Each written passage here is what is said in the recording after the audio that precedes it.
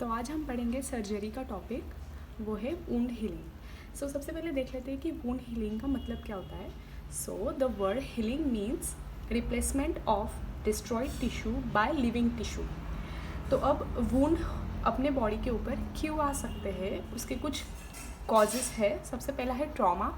It would be any accident और surgical trauma, physically, chemically या फिर कोई माइक्रोबियल एजेंट की वजह से जो डिस्ट्रक्शन या नेक्रोसिस हो रहा है टिश्यू का, उसकी वजह से वुंड फॉर्मेशन होगा।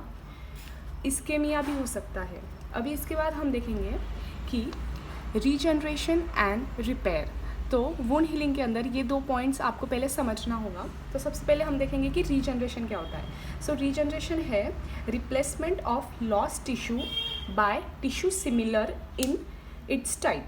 तो जो रीजनरेशन है वहाँ पे फिर से वैसे वाले ही टिश्यू फॉर्म होंगे जो वहाँ पे पहले से थे।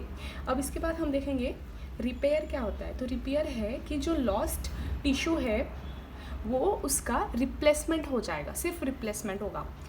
इसके बाद हम देखेंगे अभी टाइप्स ऑफ वुंड। सो सबसे पहला है इंसिस्ट वुंड। तो इंसिस्ट वुंड हमें क्लियर कट जहाँ पे एकदम शार्प नाइफ इंजुरी होती है, उन केसेस के अंदर इंसिस वुंड फॉर्मेशन होगा। Second one is lacerated.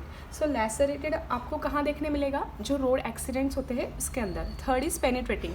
So penetrating नाम से ही समझ रहा है कि कोई एकदम शार्प चीज़ जो बॉडी के अंदर इंसर्ट हो गई है, मतलब घुस गई है बॉडी के अंदर, तो उसे वहाँ उस केस में पेनिट्रेटिंग वुंड फॉर्मेशन होगा। एंड क्रश्ड वुंड, ये भी बहुत ही ज़्यादा कोई इंडस्ट्रियल एक्सीडेंट्स हो जाते हैं या रोड एक्सीडेंट्स जहाँ पे पूरी बॉडी ही इंज्योर होती है, तो वहाँ पे नेक्रोसिस होने लग जाएगा हर एक जगह पे। नेक्स्ट है अभी healing by first intention. So healing by first intention में क्या है कि वहाँ पे ना मिनिमम स्कारिंग से ही आपका जो वुंड है वो हील हो जाता है।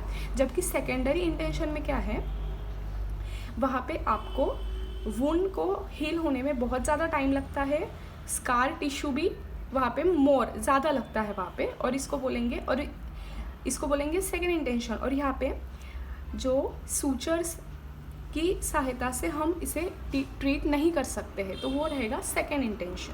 अब इसके बाद हम देखेंगे कि बेसिक प्रोसेसेस क्या है। सबसे पहला है इन्फ्लामेशन। तो जैसे ही आपको इंजरी होती है वहाँ पे सबसे पहले क्या होगा, इन्फ्लामेशन होगा। उससे पहले होगा वैसो कंस्ट्रिक्शन, उसके बाद वैसो डायलेटेशन। इसके बाद आपके जो सेल्स रहेंगे, प्लेटलेट, मास्ट सेल्स, ग्रैन्युलोसाइट, हिस्टोमाइन, वो सब उस एरिया में आएंगे और वहाँ पे आपको प्रोस्टाग्लैंडिन भी देखने को मिलेंगे।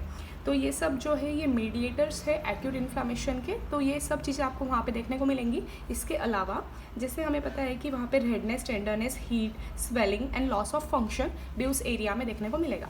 सेकेंड है वुंड कॉन्ट्रैक्शन। अब वुंड कॉन्ट्रैक्शन कब होगा, तो ये 14th डे के दिन कंप्लीट होता है।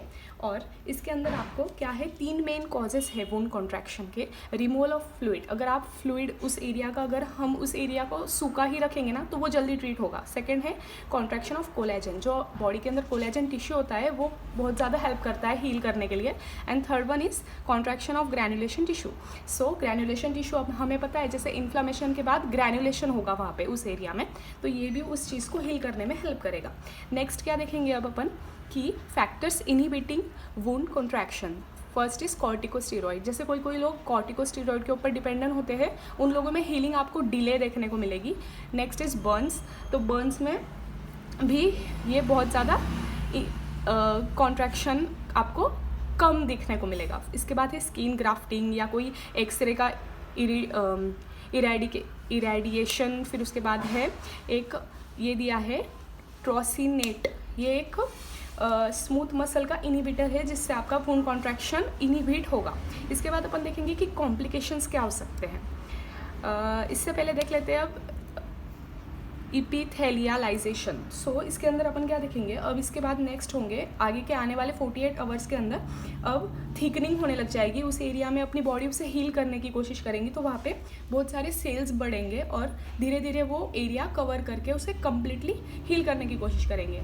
नेक्स्ट इज डी है ग्रैनुलेशन टिश्यू फॉर्मेशन। तो अब इसके बाद ग्रैनुलेशन टिश्यू फॉर्मेशन में हमें देखने को मिलेगा कि स्टेज ऑफ वैस्कुलराइजेशन। तो वैस्कुलराइजेशन में वहाँ पे कैपिलरी फॉर्म होने लग जाएंगी, फिर से सब चीज़ें धीरे धीरे हील होने लग जाएंगी। फिर आगे चल के हमें देखने को मिलेगा कि स्कार रिमॉल्डिंग। लास्ट में हमें देखने को मिलेगा कि अब वो जो वुंड है अगर वो बहुत बड़ा है ना तो वहाँ पे आपको स्कार देखने को मिलेगा, जो बाद में आगे चल के भले धीरे धीरे गायब हो जाए, लेकिन वहाँ पे ना स्कार रिमॉल्डिंग देखने को मिलेंगी। अब नेक्स्ट अपन देखेंगे कि कॉम्प्लिकेशंस क्या क्या है। सो कॉम्प्लिकेशन में सबसे पहला है इम्प्लांटेशन सिस्ट। तो उस एरिया में आपको इम्प्लांटेशन सिस्ट देखने को मिलेगा। सेकेंड है पेनफुल स्कार, तो उस एरिया में पेनफुल स्कार देखने को मिलेंगे। नेक्स्ट है सिसैट्रिजेशन। तो सिसैट्रिजेशन भी आपको देखने को मिलेगा। केलॉइड फॉर्मेशन हो सकता है या नियोप्लाज्म की ग्रोथ हो सकती है। अब next factors inhibiting wound healing. तो जनरल फैक्टर्स हम देखेंगे। इसमें सबसे पहला है एज। तो अगर आप एज ज़्यादा है जिन लोगों में तो उन लोगों में धीरे धीरे हील होगा। नेक्स्ट अगर न्यूट्रिशन की डेफिशिएंसी है, जैसे विटामिन सी है, प्रोटीन है, विटामिन ए की कमी है, जिंक, कैल्शियम, कॉपर, मैग्नीज, इन सब चीज़ों की कमी की वजह से डिले हो जाएगी। फिर उसके बाद हॉर्मोन्स, जो लोग फिर से कॉर्टिकोस्टेरॉइड्स के ऊपर डिपेंडेंट है उन लोगों में हीलिंग बहुत ही धीरे धीरे होगी। फोर्थ है साइटोटॉक्सिक ड्रग्स एंड रेडिएशंस।